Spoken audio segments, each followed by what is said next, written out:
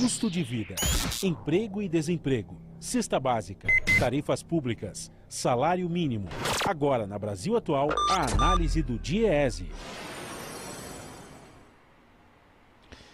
Vamos conversar agora com o diretor técnico do DIEESE, Fausto Augusto Júnior. Bom dia, Fausto. Bom dia, Glauco. Bom dia. Fausto, ontem a gente teve a aprovação na Câmara da medida provisória 905, que cria o contrato verde e amarelo. Num contexto de pandemia, temos aí uma MP aprovada pelo Legislativo que, na prática, reduz direitos. Queria que você falasse a respeito disso, Fausto. Bem, então, Glauco, mais uma vez a gente passa pela madrugada aí com uma novidade que o Congresso aprova uma medida provisória que, na verdade, não estava no pacote das emergências da pandemia. A gente já tem tanta medida provisória que nem lembra direito o número, então é bom a gente dar uma relembrada o que é a MP 905.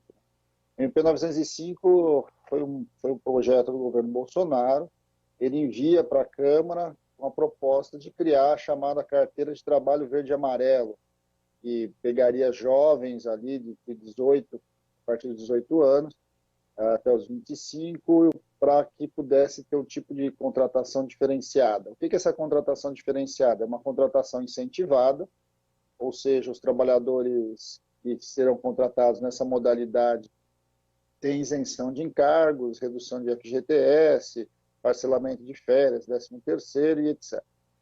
Em nome desta medida, na verdade, o que o governo estava propondo, está propondo e propôs, e foi aprovado ontem, é mais uma reforma trabalhista, uma vez que a MP 905 mexe com mais de 80 artigos da CLT. Então, além da carteira verde e amarela, nós estamos tratando de trabalhos aos sábados e domingos, estamos tratando da jornada do trabalhador bancário, estamos tratando de uma série de outros itens referentes à fiscalização do trabalho, ou seja, a gente está assistindo aí, a gente assistiu nessa madrugada, mais um capítulo de desconstrução dos direitos dos trabalhadores, de um lado, e a criação de uma nova forma de contratação, até porque o relator estendeu a carteira verde e amarela para além dos jovens, os trabalhadores acima de 55 anos. Então, o que a gente está construindo? Né? A gente, muito provavelmente, no meio dessa crise, dessa pandemia, vai assistir um processo de redução de postos de trabalho, de demissão, e lá na frente, no processo de recontratação, a gente vai ver que uma parte dos trabalhadores vai ter um conjunto de direitos menores do que outros trabalhadores, né? Em nome da ideia de que você vai gerar mais empregos. Algo que a gente já vinha dizendo há muito tempo, não é a redução dos direitos dos trabalhadores que aumenta o número de empregos. O que aumenta o número de empregos é crescimento econômico, e nesse contexto de pandemia, uma medida como essa não fazia o menor sentido ser votada. O que a gente esperava era que essa medida caducasse, ou seja, que ela perdesse a validade, e a gente discutisse nesse período, basicamente, como é que a gente lida com essa pandemia. Lidar com discussões estruturais no meio da pandemia é um tanto quanto arriscado, uma vez que ninguém tem, de fato, clareza do que está acontecendo, para onde a economia vai e quais os mecanismos que nós temos que utilizar. Eu vou te dar um exemplo bem simples, Glauco. Então, você mexe, por exemplo, na concessão Você mexe, a partir da MP 905, com imposto, com contribuição do INSS sobre o seguro-desemprego. Teve uma mudança ali do relator, ele passa a ser optativo, né, o que para nós é um absurdo, que você, de um lado, você retira encargos patronais do INSS e cobra do seguro-desemprego. O acordo ali da Câmara deixou isso como optativo. Se o trabalhador quiser contabilizar esse tempo da carteira verde e amarela ali, ele vai poder, nesse processo, ele vai ter que contribuir. Agora, isso não faz o menor sentido, né? A gente criar um mecanismo que vai cobrar INSS de quem está desempregado. Então, assim, esse é um mecanismo que a gente já tinha questionado e que agora ele se coloca. Mas, ao mesmo tempo, a gente está assistindo, eu vou te dar um exemplo objetivo agora, nós estamos discutindo a MP 936, e ela faz o quê? Ela se utiliza de parcelas do seguro-desemprego, em especial no caso da suspensão do contrato de trabalho. E aí? né, vai incidir o INSS do empregador, do empregado sobre essa parcela, no caso do layoff, não vai incidir.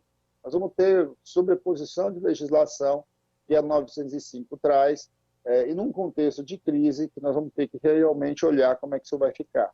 Então, são dúvidas que a gente tem, mas dúvidas que a gente estava apontando, que não deveria ser feita essa discussão agora, essa discussão deveria ter sido jogada para frente, colocada pós-pandemia, num outro contexto de discussão dentro do Congresso Nacional. A gente insiste, esta é mais uma fase da desconstrução dos direitos do trabalho, mais uma fase de reforma trabalhista que começa lá no Temer e que aos poucos vem sendo implementada. E aí, mais uma vez, a gente vai olhando quem de fato e quais são os interesses que estão por trás, muitas vezes de decisões como essa, em que a primazia é a visão da empresa em detrimento aos direitos do trabalhador.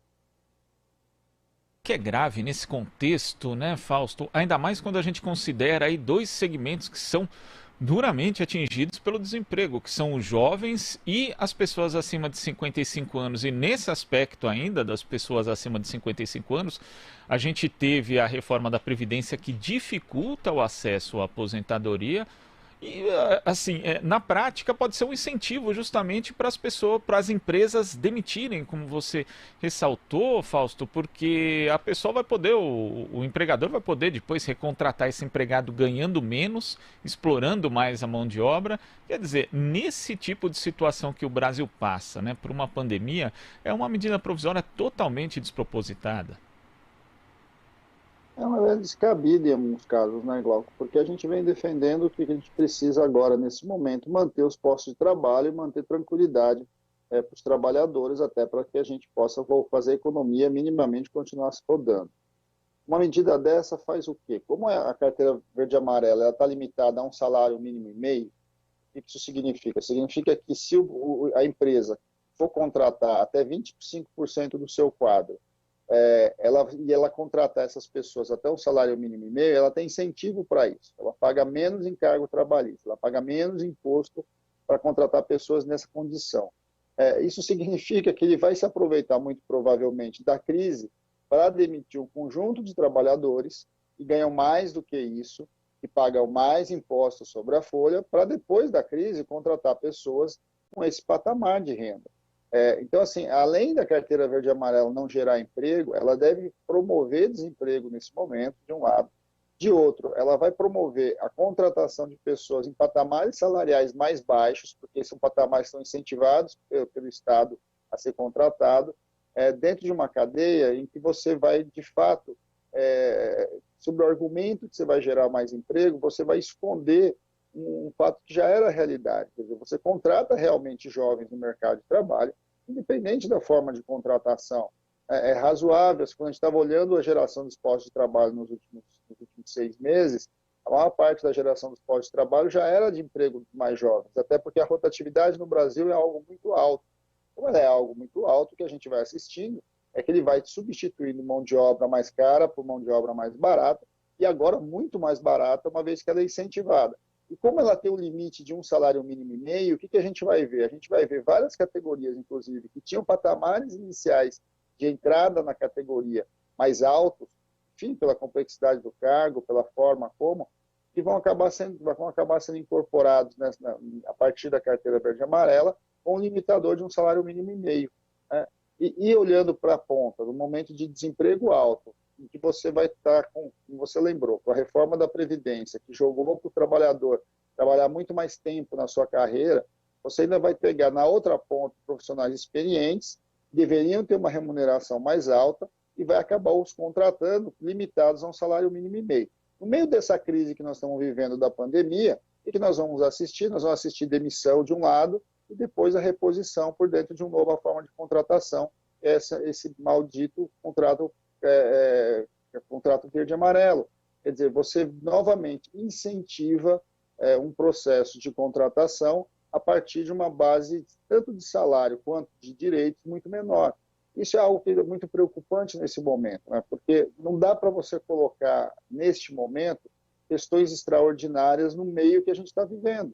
É óbvio que a gente vai assistir agora processos efetivos de demissão para que logo no momento seguinte você contrate novas modalidades que são muito mais baratas. Ou seja, essa lógica do contrato verde e amarelo, ela vai acabar se ampliando, e o que nós vamos assistir depois é que, de fato, o conjunto dos trabalhadores vão acabar perdendo importantes direitos nesse caminho. Tá certo, Fausto. Vamos ver como essa matéria agora vai ser discutida no Senado. Muito obrigado pela sua participação e até amanhã, Fausto. Até amanhã, Glauco. Conversamos aqui com o diretor técnico do DIEESE, Fausto Augusto Júnior.